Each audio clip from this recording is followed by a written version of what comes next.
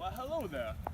My name is Jacob Sibley, and I would like to impart upon you the knowledge of the history of American whiskey.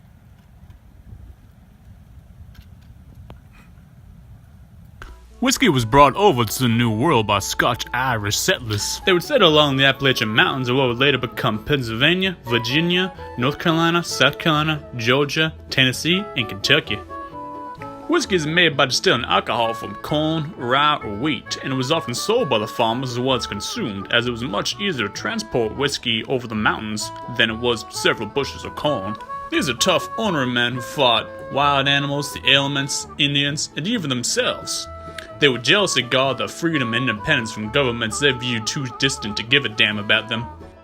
They would prove their frontier metal by fighting against the British in the War of Independence, as well as fighting against the US government over the whiskey excise tax in the Whiskey Rebellion of 1791. It was here that whiskey began to embed itself into the American mythos by associating itself with the rough and ruddy frontiersman and a rugged spirit of American individualism. After Thomas Jefferson repealed the whiskey excise tax in 1802, there were virtually no taxes on whiskey for 60 years. It became known as the Golden Era of whiskey. Distillers grew and flourished across the United States, and the distillers themselves were viewed as pillars of their communities and intelligent entrepreneurs. Whiskey also served an important social function during this period. There was virtually no social or religious stigma around the consumption of whiskey. It was consumed at weddings, funerals, birthdays, and other get-togethers. Following the outbreak of the War of Northern Aggression, Congress revived the whiskey excise tax in 1862 to pay for the war. This not only meant increased costs, but federal agents to enforce the law. Illicit stills popped up everywhere to keep the liquor flowing. Revenue agents would openly war with moonshiners to put their practices to a halt, and with often violent results. Still, they could not stem the flow of illegal shine, as it was still an important source of income for many rural folks. Whole communities would cooperate with the moonshiners to keep their projects secret, and would suppress anyone who might inform on the criminals. All of this violence would strengthen the burgeoning evangelical and temperance movements.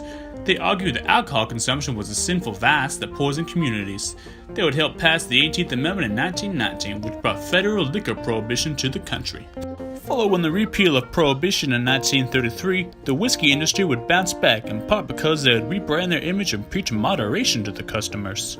Blending whiskey and cocktails would also come out of prohibition due to low barrel reserves right after repeal, so as much as whiskey's changed, it's still the same.